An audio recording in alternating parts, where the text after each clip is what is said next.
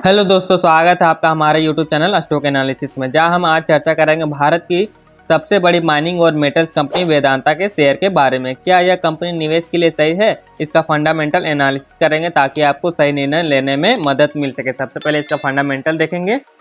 Market cap है 2,06,03 करोड़ का, current price है 513, हाई 516 और लो 211 का। स्टॉक पी 32 का, बुक वैल्यू 82.6, डिविडेंड 6.82 का देता है, बहुत ज़्यादा है। ROC 20.9, ROE 10.5, फेस वैल्यू 1 का है। FI holding 12.6, public holding 15.1, DI holding 15.6। Company debt 87,706 crore है और प्रमोटर होल्डिंग 56.4।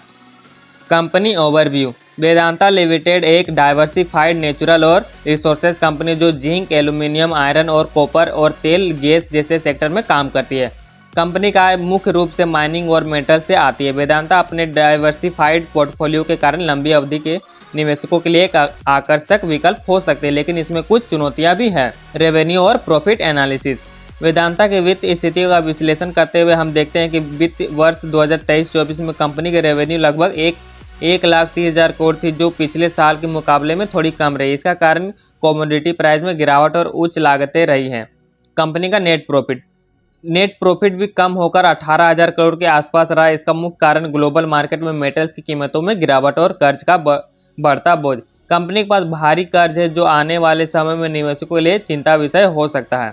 डेट और कैश फ्लो।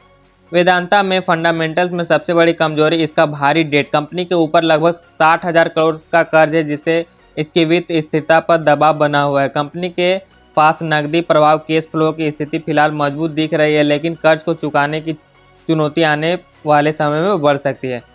हालांकि कैश फ्लो को बनाए रखने के लिए कंपनी अपने प्रोडक्शन कैपेसिटी बढ़ाने और कैपेक्स प्लान में निवेश कर रही है, जो लॉन्ग टर्म में फ़ायदा हो सकता है।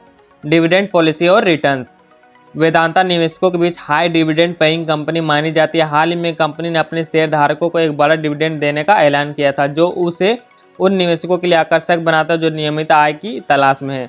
लेकिन यह ध्यान रखना जरूरी है कि कंपनी के कर्ज और अन्य वित्त प्रतिबद्धता को देखते हुए भविष्य की डिविडेंड की स्थिरता पर असर पड़ सकता है।